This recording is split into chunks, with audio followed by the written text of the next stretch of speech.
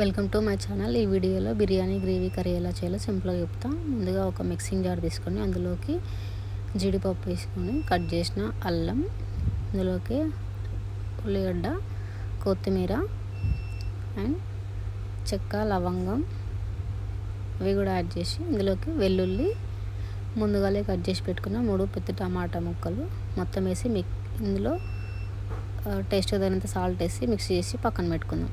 ఇంకో బౌల్ పెట్టుకొని అందులో ఆయిల్ వేసి ఇందులోకి చెక్క, లవంగం నేను యాడ్ చేస్తున్నా. మీరు కావాలంటే వేరే కూడా యాడ్ చేసుకోవచ్చు. ఇది కొంచెం హీట్ అయిన తర్వాత మనం ముందుగా మిక్సీ పట్టుకున్న గ్రేవీ ఉంది కదా, అది ఇందులోకి యాడ్ చేద్దాం. యాడ్ చేసి మొత్తం ఒకసారి మిక్స్ చేద్దాం మంచిగా. ఇలా కలిపిన తర్వాత ఇందులోకి కొంచెం ఒక టీ గ్లాస్ అంతా వాటర్ యాడ్ చేసుకోండి.